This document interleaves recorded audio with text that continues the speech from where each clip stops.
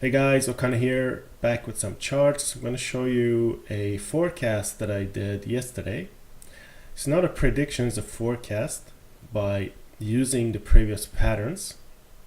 So I'm going to show you how I use that to find out how to trade the current price by looking at the past history, because I know a lot of you say, oh, but you're looking at past history, how does that help to predict the future? You don't actually predict, but what you can do is to step-by-step plan your trading. And here's the forecast that I did, which I shared in my Skype group with the students. This is Audi USD or Aussie. So this is the 30-minute time frame.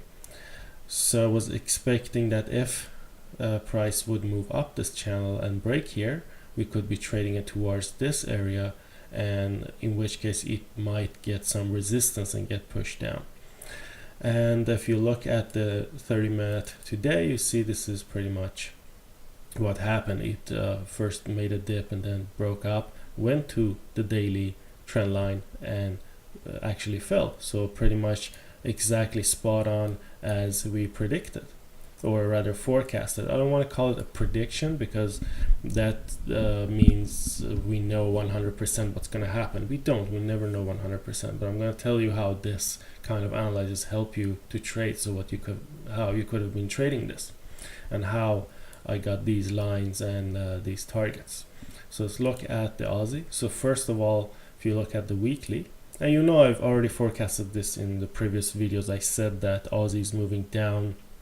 I told you even I was shorting it all the way down, and you can see the weekly support is holding. You see price for a few weeks is now going up. It's the weekly charts.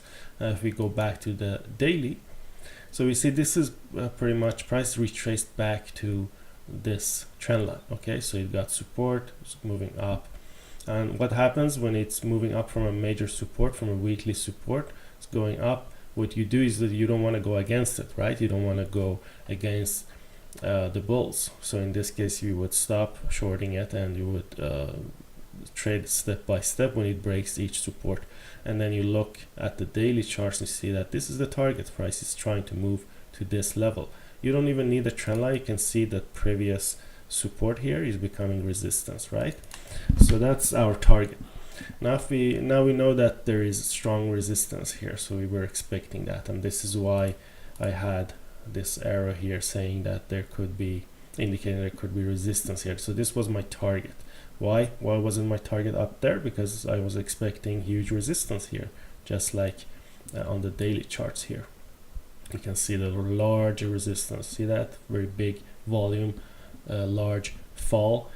So that's why I was expecting that, and you can't just expect the price to go up forever. You have to have a target, and that's the target I had. Since this trade was, this setup was based on shorter time frames, so then you have to have closer targets as well. So if we move down the time frames, as you move down, you find more and more patterns. So this time I saw that you see this channel here before the dip. At the time I was drawing this forecast, there was no dip yet. As you can see, there wasn't, but I was somewhat expecting it. How? Because of, if you look at previous channels before the breakup, you see a similar thing. Look at this area here that became, this resistance became support here, and you can see a dip before the large breakup, and we got the dip here. So it was when price was coming down, I was still expecting that it could reverse just like here. But if you look back, you'll find more. Here's another channel, another breakout. So as you can see, the patterns are there. And here you go again, you see one dip below, but none of these candles actually closed below. But here the candles actually did close below.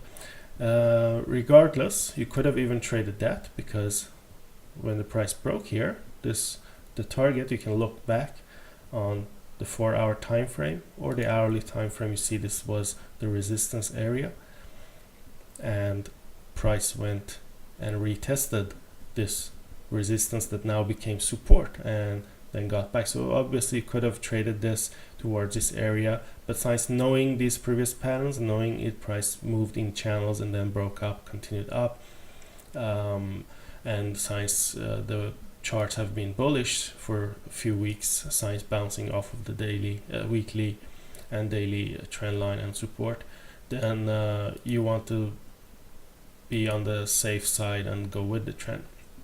And of course, here you can see the actual breakout, very large breakout here, all the way up. You could have already entered inside the channel after a bounce of the support, or you could have entered at the bottom of the channel when it got retested. As you can see, it got up, it retested here, continued up, so this is how you could have traded for FX. You could have set your stop loss below here, below the support, and enter around here. I haven't calculated the exact pip, so you can look it up yourself. Reward, the take profit, could be approximately in this area. I wouldn't set it up all the way high up there, because you always want to have your take profit slightly below your resistance and slightly above your support. And stop loss, obviously you need to move it, but you have to always calculate the risk to reward ratio. You don't want to take double the risk as your reward, because in the long run you're not going to make money that way. So in this case, as you can see, if you had entered here after the channel here got retested, your stop loss would have been here below this area, maybe even lower here, below at least these two candle wicks there. But your reward is up here, so a lot more pips to be earned than you would have lost if you were taken out. So you could have also taken partial profit here inside this channel if you were thinking that maybe it's not going to break out, so you would take partial profit here, and then when it broke out you would take the rest of the profit. And if it wouldn't, you could have moved your stop loss higher up here to the previous support. So this is how I plan my trading. I look at previous patterns, I try to find them. As you can see, I didn't really saw them on the lower in the higher time frames this time, so I didn't see them on the 4-hour time frames. I went down. This is on the 30-minute time frame. They were really clear. Look at this channel, breakup, channel, breakup, channel. It made a dip back to the support, which again, you cannot see that there's a support here, but if you go to the 4-hour time frame, see this resistance here became support. So and then it came back. So even if you didn't have this line, even if you didn't see the support, price came back inside the channel, retested, boom, one candle up. That was the initiation of the bullish movement. If you look again on the 4-hour time frame, you see it pretty much still trending up. You see it didn't really, it's difficult to draw a trend line here connecting all three candles, all three dips. You can't do it. So sometimes you have to look at other things, like in this case I use the channels instead. So that's pretty much how you plan your trading. And now what do we do? Now what we do is to extend this line, extend it, and then either price is going to come back here and retest this area, and then continue up, or it's going to come back down again. So in this case, would I have did I short this from here? No, I did not, because I don't want to take reversals. In this case, I'm not sure if this time the daily trend line is going to break or not. You can see on the daily it's been retested many times, but this time it actually taking support from the weekly. And look at the weekly patterns. Every time it came near this level, it started a bullish weekly movement. So sooner or later this level is going to break. So I'd rather go with the trend. I've shown you in the previous videos I was trading down with the trend towards this support area. So the video is already there, and you see that the patterns were repeating. So this is pretty much how you do it, just pattern repetition.